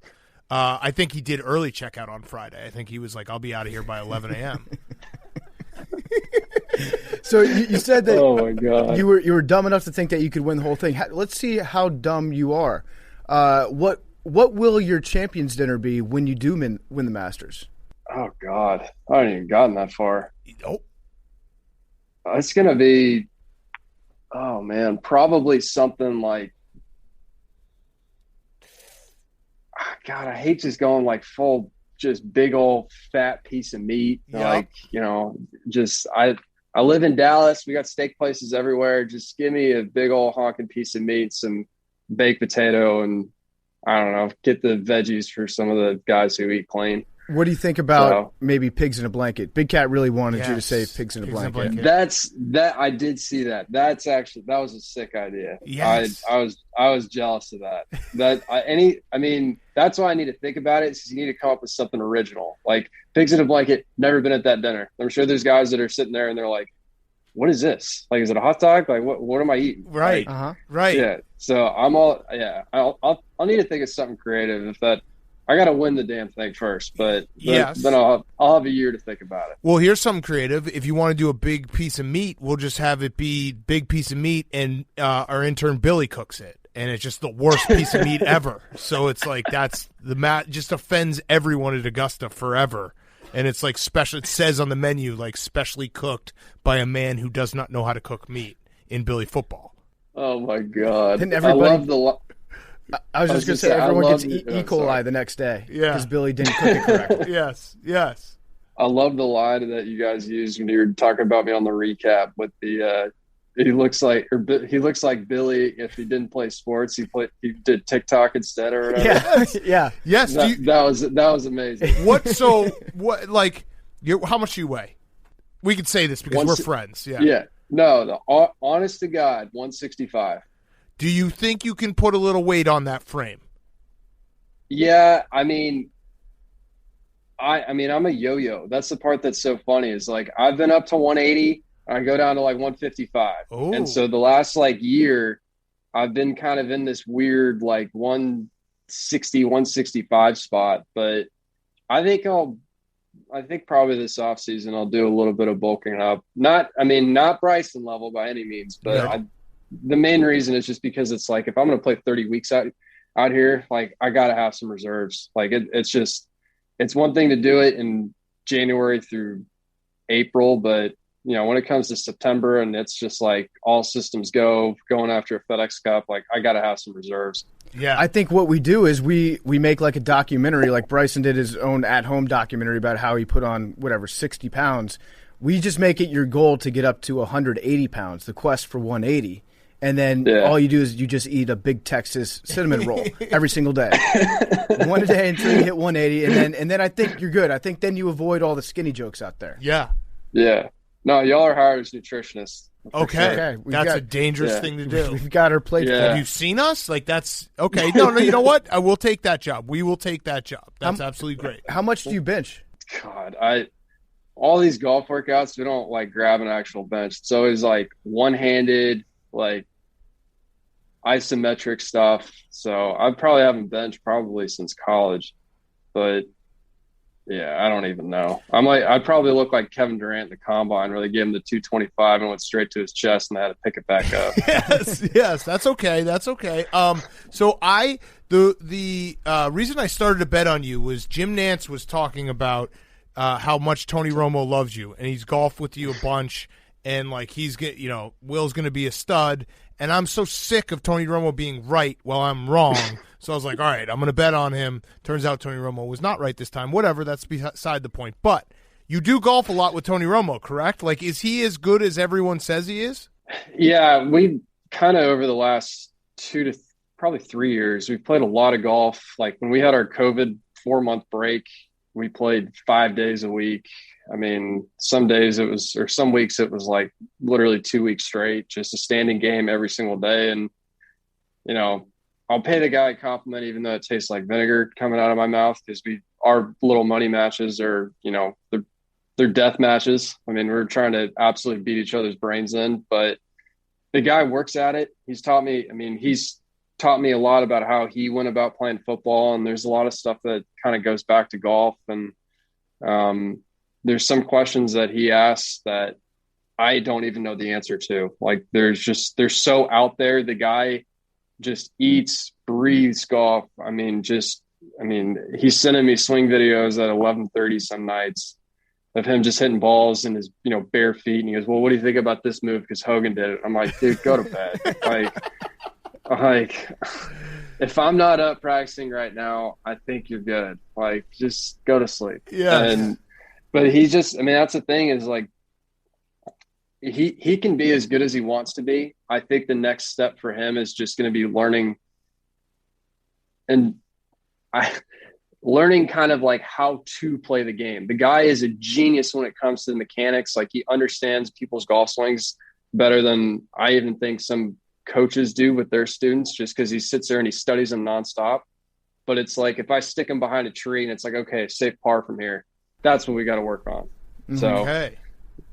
That's good. He'll get there. Yeah, he'll get there. I mean, it speaks to his mentality. That's kind of what made him a successful quarterback, was having that drive to be like, okay, I'm going to work at night when everybody else isn't. And even though I'm, a kid from a small school, I might get to be the starting quarterback at the Cowboys. Does he talk to the ball when it's in the air, or when he's putting and it's rolling in? Is he like, I don't know? No, but he does with everybody else, though. He's a guy that it's so funny because it's like we'll be playing a game against each other and he'll be like, how far do you have? What'd you hit? How'd you hit it? How far do you think you carried that? And I'm like, I don't know. Just hit a shot. You're probably going to not get it inside of me and let's just move on. Okay. Like just he always asks like the nonstop questions. And it's like, finally, when he's on my team, he's like the greatest teammate ever. But it's like, when you're playing against him, he's like, what'd you hit? How far? Where's the wind going? I'm like, oh my God. Like, that's funny. So, yeah. He's trying to find that edge. I mean, everyone says he's a really, really good golfer. It'd be crazy if he went to the PGA Tour. I don't know what is that difference? Because he's obviously very good. He probably beat you some days, but is it really like that much more of a mountain that he has to climb to get to that level? So his good days are totally good enough to play at tour level. It's just the bad is just where he's got to fix it. And, I think he's a great chipper and putter. He's a pretty good iron player. For him, it's just getting off the tee. And the days when he drives it well, I give him 3 shots aside in our game, so he gets 6 shots total. And if he drives it well, it's going to be really hard for me to beat him. I mean, that's the thing about him is like, just because he's not the greatest driver, and he'll figure it out. Like the guy, like I said, he's just nonstop. He hits golf balls just every day. It's like if the family dinner's at 6, he's like, oh, that means I can leave at 6. It's like, dude, go home, get out of here, come back tomorrow. Like you've been hitting balls for 8 hours today. Mm-hmm. But the big thing with him is that when he drives it well, he's going to make like 5 or 6 birdies. And that means I'm going to have to go out and shoot like 63 or 4 to beat him. And he's capable of doing it. But it's just the days where it's like, start missing fairways and, all of a sudden makes 2 or 3 birdies instead, shoots 75 or 6. And that's just the difference. But that he'll get there. That's the thing is like the guy just loves it. I mean, He even said it about football. It's an unhealthy obsession. Yeah. Uh-huh. Yeah. I believe it. So were you able to see the Adam Sandler tweet at you before you teed off on Sunday? Did you know that he was out there watching you? No. So I didn't see it till Sunday night, and I've gotten that comparison probably since I was like 17. I qualified for an event in LA, or the LA Open, and Golf Channel posted a picture of me, and I had long hair back then too. And they're like, "Oh my God, this guy's, Sandler or Happy Gilmore's caddy's playing in the PGA Tour now. Like, who the hell is this kid?" And then I finally let the hair grow back out during COVID. And of course, it's just like nonstop now with, more publicity with Owen Wilson, Happy Gilmore. Butch Harmon said I look like a 1-iron without a grip on it. I mean, it's like, so I love it. I think it's so funny. I think there are worse comparisons that you could have. Yeah. Like they could call you Post Malone or Kid Rock all the time, and that would suck if that happened to you. But I do think you look more like Billy. I think you're like vegan Billy football. Yeah. It's also I love it. It's also refreshing because a lot of times, not even just golf, every sport, athletes take themselves very seriously. So to have fun with it shows like that's what we're looking for in a team member in this crew. Congrats on getting verified. I saw when you on Saturday, I think you had 3,000 Twitter followers. Now you have 60,000 plus. So that's kind of cool. Has it been just a whirlwind? I mean, I'd imagine it's got to be a little. You had the U.S. Open, but this was the Masters, and it was finishing second. It has to be a little bit crazy in your head, I'd imagine. Yeah, it's a little different. I mean, the part that's been funny to me is like, everything's still fresh, and so I go to Whole Foods to go pick up some, water and whatnot. And all of a sudden this guy's like, "Oh my God, love watching you. Can I get a picture?" And I'm like, "Dude, I finished second. Like, I didn't win." Right. Like, yeah. I'm like, it's great. I mean, it's obviously, being the underdog, I think is what a lot of people really loved. And I felt it on Sunday too, but I don't think it's not really been a whirlwind, but I think it'll kind of kick in when I go back home and just kind of see all the boys and whatnot, and kind of try to go back to a little more normality, and all of a sudden it's like, no, this is different. Yeah. Well, now you have the protection of us. Do you have any enemies? Yeah, we need to know that. No, not. I mean, I'm still a rookie, man. Okay. I haven't had enough time to make any enemies out here. Well, just in general, like, what's your least favorite airline, or just anything that you don't like? I need to know something that you hate, so I can also start to hate it. Oh God, I gotta think about this. Oh, wow. The fact you mentioned airline, thinking this through, when my bag's 52 pounds and they want to charge me $100. Yeah. That to me, that's like all-time irk. You should, in that situation, this is good that you're on so we can help you problem solve this. You could simply say to them, "Hey guys, like, my bag plus me is not even a real like grown man. So don't worry about it." Yeah, I've probably saved $1,000 for some of the airlines from kind of sticking my foot underneath the bag a little bit and kind of lifting it up when it's on the scale. But it does balance out. Like, you could be 50 pounds heavier. Right. Yeah, it'd be like that Ocean's 12 character when they fit him in the bag. Yeah. Like nothing happened. Yeah, like you could just point to a guy like me standing there with a huge bag and a fat belly, and you're like, that guy's like 350 pounds on the plane, and you're getting on me, and I'm like 185 combined. All right, so God. No enemies, that's good. So basically what we're going to do is, now that you're part of the crew, I don't think we're even going to open it to anyone else, because again, we're not big golf guys, but we're big root for our guys. The only other guy that I could see us letting into the club is the guy that just vapes all the time. Oh, yeah. Kiradak off in Bonra. Yeah, yes. Open invite to that guy who's just always blowing clouds on the golf course. That guy's fucking awesome. Yeah. Did you guys ever see the podcast that he did when he talked about his apartment for his shoes? No. Yeah, he's got like $100,000 worth of Yeezys or something like that, right? Yeah, he's got so I don't remember exactly what the number is, but I know that he had an apartment for his shoes, and I think his wife found out about the apartment, and she's like, "What the hell is this?" And he like showed it to her, and he was like, "She's like, really?" Like, I mean, this is it. Like, it's so. I was watching. I can't remember what podcast that was, but that was really funny. Yeah, he's invited. Otherwise, it's just the three of you guys. We need a good. We need a good group nickname for you too. So Yes. I don't know. We're tossing around a couple of those, but we'll figure out a nickname. But yeah, it's essentially we are, and you just got to know that like we're gonna root for Brooks #1 because he's the OG. Max, whenever I don't know, is he? He competes, so we'll root for him. Big Cat loves kind of slandering Max. Well, because he costs Big Cat money. No, also he can take it because he's the Twitter roast guy. That's so right. It's actually lovingly like I know Max can handle a good joke. Max is very good. Although, are you ahead of him in the rankings now? I don't know. Actually, I really don't know. Oh shit! I mean, the guy's won twice. Yeah, but you got second, which in U.S. rugby terms, you're above him. No, so Max is #2. And then you'll be 3. So essentially, if Brooks and Max can't win, we want you to win every single tournament, without a doubt. Love it. Without a doubt, we'll be it. tweeting about it. We'll be having your back. Anyone who comes at us, we'll fight them online. This is all online, by the way. Just so you know. Once it crosses over, then that's your bulkier brother Billy's department. Yeah. Billy will fight physically if he needs to, but it's pretty much just defending your honor. And here's a little tip for you: there will be the better you get, the more acclaim you get. There will be people who will hate you, and we will take care of them.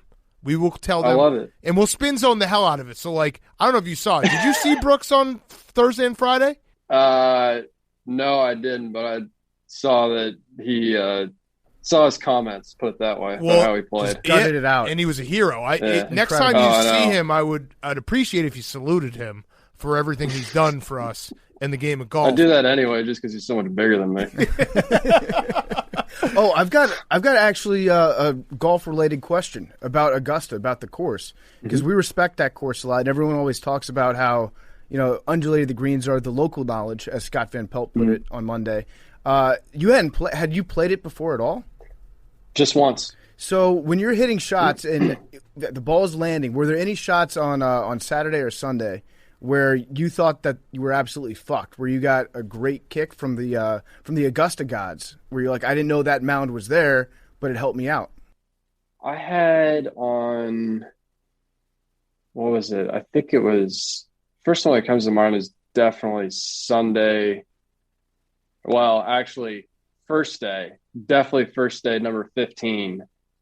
The greens obviously were baked out like crazy. They were just so firm, and you had to be so precise. And the pin's on the front right corner on that par 5. And I had 195 in, and I'm a little bit downwind. And everyone's just landing the ball in the front section of the green. It's just taking one 25-foot hop going over the back, and then they're chipping it basically straight downhill with water behind them. And I think one of the guys playing actually putted one in the water from 25 feet. But I landed one in basically a 10-inch section of fringe that was right by a sprinkler head. And so it was just a hair softer, and it lands, just basically plops left, catches the fringe, rolls down the hill, goes 8 feet, and I make eagle. And it's if that thing literally lands on the green, it is 30 yards past that hole. That's crazy. That's like a 1.5, maybe probably 1.5, almost 2-shot swing right there. Yeah. Jeez. So the Augusta guy. Did you bow to the course afterwards? You should have. Yeah, he's the OG on that one. He's got me there. Yeah, that was cool. Yeah. That was a very cool move. What are you golfing? Yeah. Are you golfing in a tournament this weekend?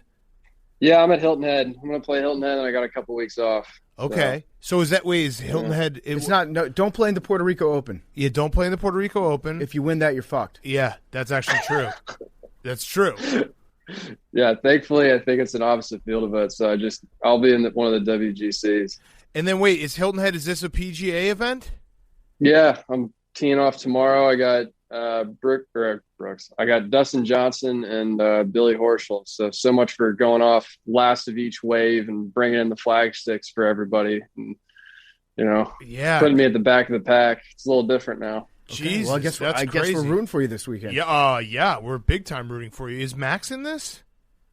I gotta start. Seen him I gotta start no. being nice to Max.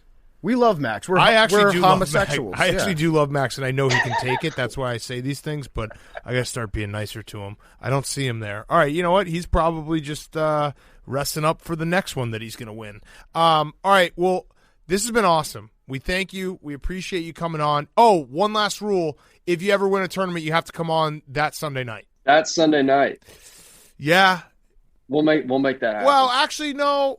Yeah, you could. Yeah, that Sunday night. Yeah, 10, 15 minutes. Actually, yeah, Brooks called us from, I think, the bar after he won the U.S. Open. So, yes, that Sunday night. Yeah, if Brooks is going to call you after winning the U.S. Open, hell yeah. Count me in. We'll have a few beers. We'll talk everything over. How about that? Yeah, Perfect. You just have to do a quick favor. Tell you what, if we can lock that in and guarantee it, we'll give you back 5% of your career earnings from this point forward. So we only keep 95. Mm-hmm. Deal? Perfect. Yeah, I'm all in on that. I'm glad the non-negotiable got taken off the table there. Appreciate that. You just got power shifted. Yeah, we just power shifted you.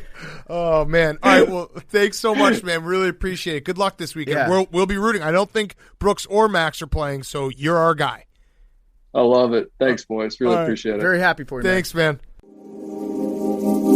Will was brought to you by New Amsterdam Vodka. New Amsterdam Vodka is the official vodka of Barstool Sports. It's a premium 80-proof vodka from some of the finest quality grains from America's heartland. It's 5 times distilled. 5 times distilled, so you get unparalleled smoothness. It's filtered 3 times for a clean, crisp finish. We love New Amsterdam Vodka. I like mixing it with a little Coca-Cola. A little ice-cold Coke and vodka, nothing wrong with that.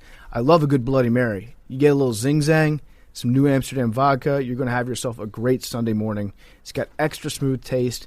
It's the best drink from the pregame to the after party. We love New Amsterdam vodka. Check it out today. Pick up a handle this weekend and have a great, great time. All right, let's wrap up. We got Fyre Fest of the week. Hank, Grandpa, update? I have not been back to the dog park. Okay, there's the update. So Normie's getting fat. No, we're just going long walks. Well, he's thick and fat. Is he pog? And long. And long. Yeah. Sounds like he's just a pog. Yeah, he's not fat at all. If he was fat, he wouldn't even be able to walk because his stomach would be on the ground. I have a couple Fyre Fests. Someone else dragging on the ground. Well, one is about Normie. Rhea, my girlfriend, she posted like a TikTok about her dog being cute or whatever, and someone was like, all right, let's see the dog. So she posted a TikTok with like cute pictures of Norman, and the comments just absolutely, as I felt like, Big Cat, I hope your kid never gets bullied. I hope he never comes home and is like, look at all these people said mean things about me. As a father, I felt so bad. It broke my heart. Just people saying the meanest things. Do you have an ugly dog? People saying he looks like Steve Buscemi. Yeah. Steve Buscemi's actually good looking. And that dog looks like a collection of genetic errors was the top comment. Served at ground 511 likes. Oh, wait, say that again. Hold on, say that again. That dog looks like, and keep in mind, it's from user 56345698823, and the picture is Getter from Real Bros, the baby guy. And says that dog looks like a collection of genetic errors. Oh. That's the comment. I see the TikTok. I'm like, oh, it's a cute. Obviously my dog cute. Let's see what the comments say. Top comment is roasting him. That's what we all are. And the second comment says Norman looks like Steve Buscemi. But Steve Buscemi again, like he's kind of a heartthrob if you look at it right. Yeah. There is a special place in hell for people who comment about a dog's looks online. Mm-hmm. People said my hedgehog looked like a naked mole rat. Well, it did. So. Dude, we're not talking about hedgehogs. Hedgehogs aren't real. No, hedgehogs are not. That's not a pet. No one gives a fuck everyone about exactly like a naked mole rat. Yeah. Jesus. Billy was trying to be relatable. Yeah, dude, that reminds me of the time that... Listen, my worm farm got roasted on Twitter, too. People don't like cool stuff. Yeah, my albino salamander, people were saying it wasn't hot. I actually have another one that I wasn't going to bring to the show. I forgot to text you guys. I was going to save it for the show. I forgot about it until right now. On Saturday, remember we talked about like you're going to have to get Norman's horny up, whatever? Mm-hmm. Yeah, it's for the boys. For the boys. It happened. He started humping, going crazy. His dick came all the way out, and he just like stood there for 10 minutes, not moving. And I felt bad for him, so I got an ice cube out, and I had to hold an ice cube on his dick so it would go back in. Hey, that doesn't... You didn't have to do that. I did. You could have just not touched his penis. No, I did that for 10 minutes, and he literally stood still. But what? No, I'm curious what went through your head where you're like, my dog has a boner, I better go to the freezer and get an ice cube out and then hold it onto his penis. Because he stood still for 10 minutes just staring. Has he been neutered yet? Yes. And I was like, all right, I got to do something because clearly, this he's bro not he's comfortable. down bad. I gotta jerk him off. So he was just like staring at you, just with a huge boner hanging out. Yeah, Dog Sean Watson. Damn. Yeah, it was. Damn. It was tough.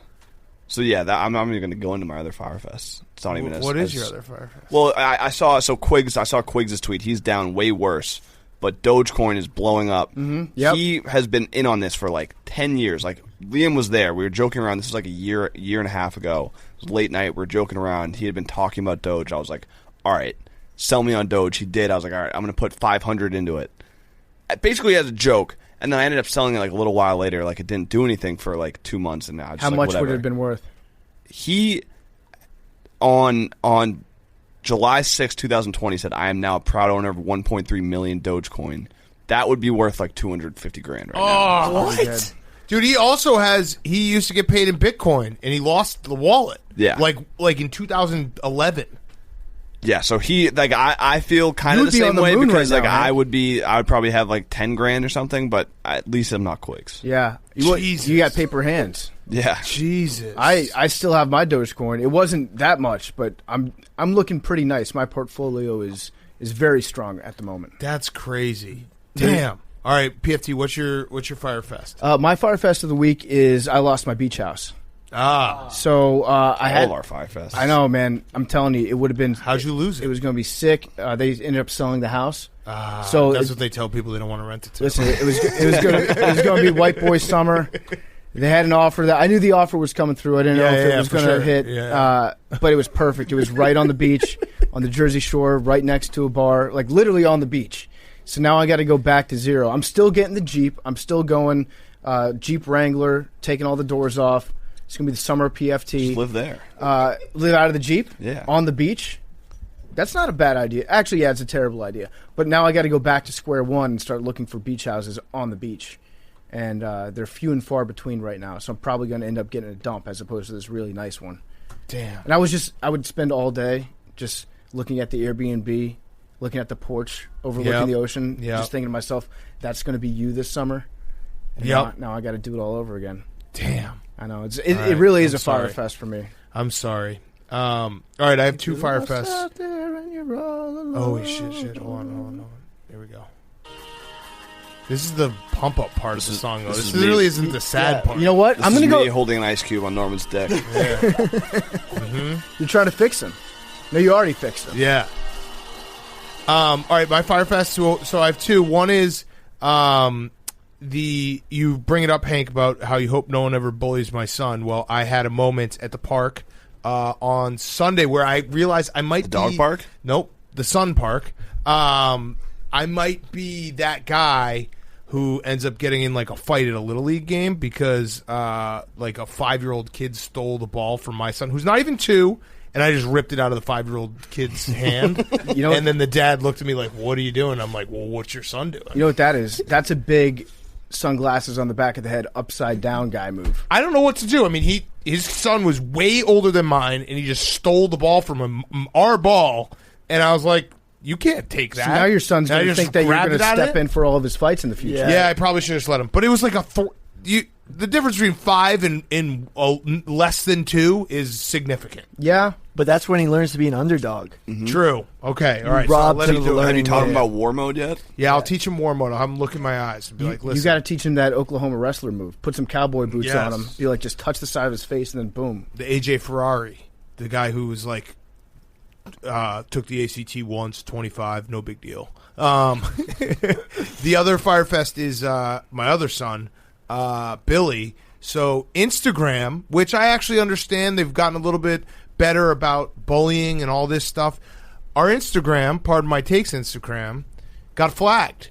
And I asked Gaz what the flag was for, because Gaz told me we got flagged. It was the picture of Billy's nose. So that was deemed bullying. What? I didn't do it. Did you report? I didn't do it. I 100% didn't do it. Okay. Wow. Mm-hmm. Why does everyone think I'm reporting? No, Billy, this happened just, a month ago? We had this conversation about Twitter. Is it the video? Interesting. Is it the video, or did you guys post the picture of my nose? I think it's the picture of the nose that's, it's interesting that it got flagged.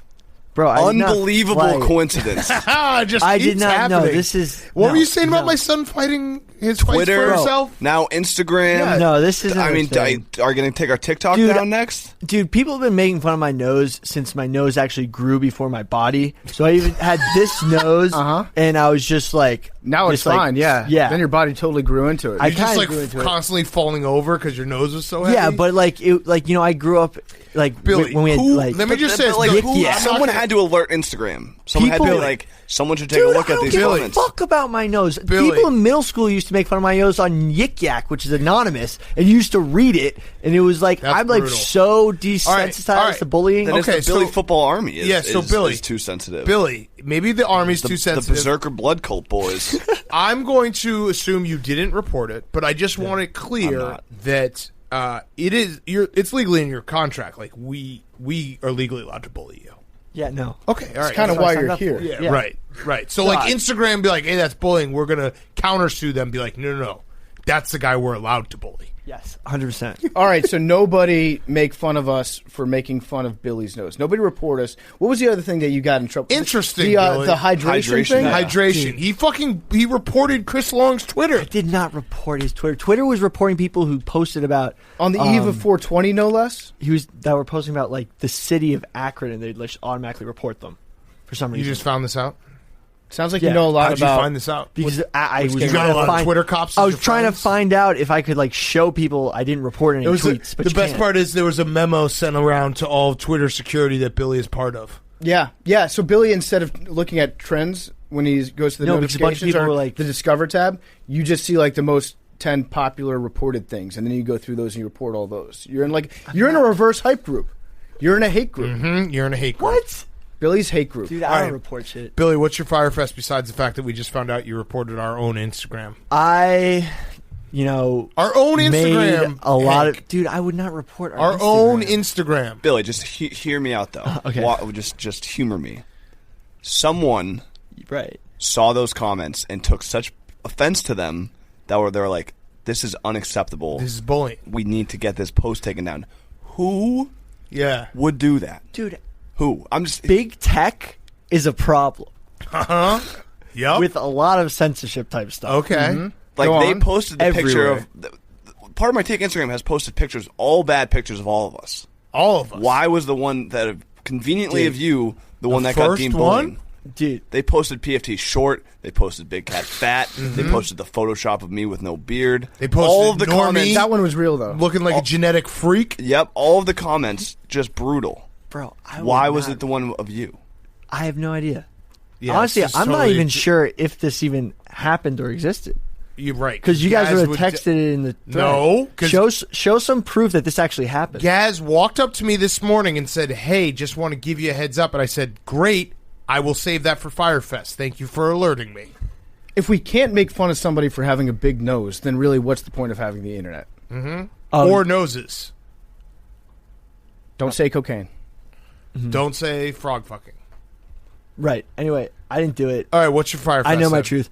I didn't work out as hard as I could have this week, and Oh, and I've man. been beating myself Oh, up dude, about you it. should A lot of report stuff- yourself. That's mean. No, I like, this week I actually just like, I skipped a couple workouts, and, I tried to work out Damn. really hard today, and I, what Wasn't the same. It didn't feel right. Mm-hmm. So Okay. I'm behind the eight ball. I cheated myself very hard this week. Yeah, you did. We could tell. But I That's got all your my Fyre homework Fest. done. How Yeah. long ago did you come up with that as your Fyre? Dude, How I many was- seconds ago? I did was you think of working that? out this morning, and I finished my workout, but I was just like, damn, like, I can't believe I'm you not reported our own operating- Instagram. Billy, is that fucking is that insane. why you don't have shoelaces so you won't hang yourself because of all the mean comments? Oh, or is it because you're wearing no shoelaces for your hero that just passed away this week, Bernie Madoff? Did you say he was a hero of yours? who's that? Okay, sure. Yep. I mean, in a way, he kind of was like a king. It's kind of a Who? G. Yeah, kind of, really kind of a Wait, G. so you're saying you didn't work out as hard this week, so you're feeling insecure about your body? No. All right, Yeah. Jake, what's yours? That's I have interesting, two. Hank. One is not your guys' fault, but we have Cereal Box Part 2 with the movie poster. But not your guys' Not fault. our fault. Not our Yeah. fault. on not our the fault. Sean Payton movie know what? poster that we made. I did not tell them what to put at the bottom of it, and they left Sweet Jake out. Yep.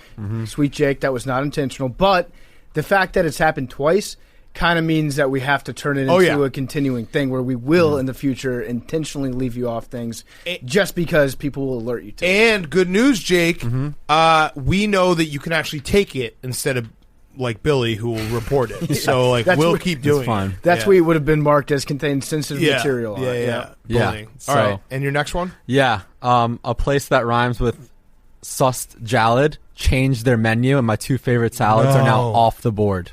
That's tough. I went into them today, and I wasn't happy. What are you going to do about it? I mean, I just have to cope. Do you think that there's ever been a fight in a Just Salad? No. Probably not. No, it just seems like the most calm restaurant atmosphere in and out you could think of. Yeah. Maybe if they mess up your order, people are like chirping at a salad place. Yeah. Maybe. I just think it's absurd that they have winter and summer menus in a fucking salad place. Well, dude, you got it. Yeah. It's salad. Yeah, it's salad. Okay. Green shit. I don't want to eat and then the you same pick your shit ingredients. in the winter. Yeah, but what's like? It's salad. What's the difference between salad in the winter and salad in the summer? It's like saying what's the difference between football in the fall and football in the spring? How many Jackson State games have you watched? You know what? You're probably one of those guys who thinks like, oh, I'll eat a pear at any point in the year. Yes. No, until you eat an off-season pear. If you eat an off-season pear, chicken.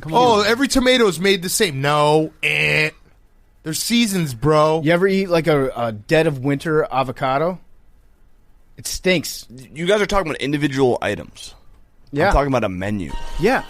And it's like Taco Bell does not have a fucking winter menu and a summer menu. It stinks. I'm the most loyal customer to that place, and they just let me down. You are. I get it So 4 loyal, times you a won't even week. say their 100 or 99. Yeah. No free ads. 36. 18. Also, Bullfrogs don't Fest, sleep. Also, Fyre Fest, Jake and Hank both. Well, Jake lost in ping pong. Hank won. 21. 32. The nose post is still up. I'm calling. BS. Right. But it got Gaz fucking disputed it, you dummy. We had to be like, no, it's fine that they're bullying this guy. I'll have him It's the one that compares me to Nigel Thornberry, which I think is pretty cool because that dude is sick. Okay. Love you you guys. reported it. Love you guys. Look, wait. What the top comment is Billy saying "fuck you" to someone. What? You're clearly No, aroused. I said fuck you to Marty Mush because he screenshotted this and everyone else was smiling. But I looked sad. Seems like Okay, yeah, no, I admit to that. Yeah, 100%. I told Marty Mush. Talking away. Wanna know what I'm to say, I'll say it anyway. Today's another day to find you shining away. Oh, I'll be coming for your love. Take on me. Take me on. I'll be gone.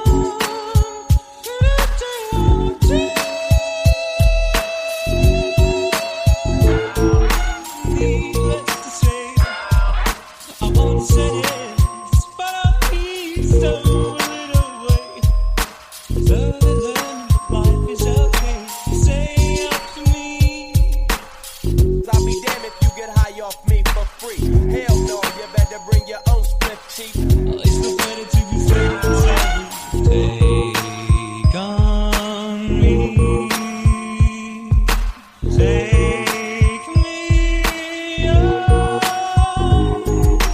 I'll be gone in a day.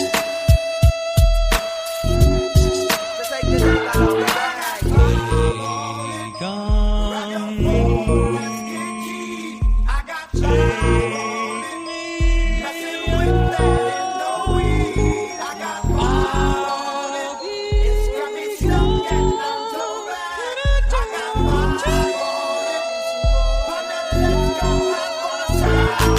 Player, give me some brew and I might just chill. But I'm the type that like to light another joint like Cypress Hill. I still do be spit loogies when I puff on it. I got some bucks on it, but it ain't enough on it. Go get the S, the T-I-D-E-S. Nevertheless, I'm hella fresh, rolling joints like a cigarette. So pass it across the table like ping pong. I'm gone, beating my chest like King Kong. It's on, wrap my lips around the 40. And when it comes to getting another stogie, fools all kick in like Shinobi. Know me ain't my homie to begin with. It's too many hands to be. Probably let my friend hit bit.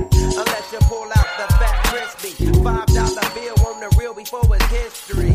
Cause fools be having them vacuum lungs. And if you let them hit it for free, you hella dumb. I come to school with a Taylor on my earlobe. Avoiding all the slick teasers, skeezers, and weirdos. That be throwing off the land like where the bomb at. Give me $2, you take a puff and pass my bomb back. Suck up the dank like a Slurpee. The serious bomb will make a nigga go delirious like Eddie Murphy. I got more growing pains than Maggie. Cause homies nag me. So take the nigga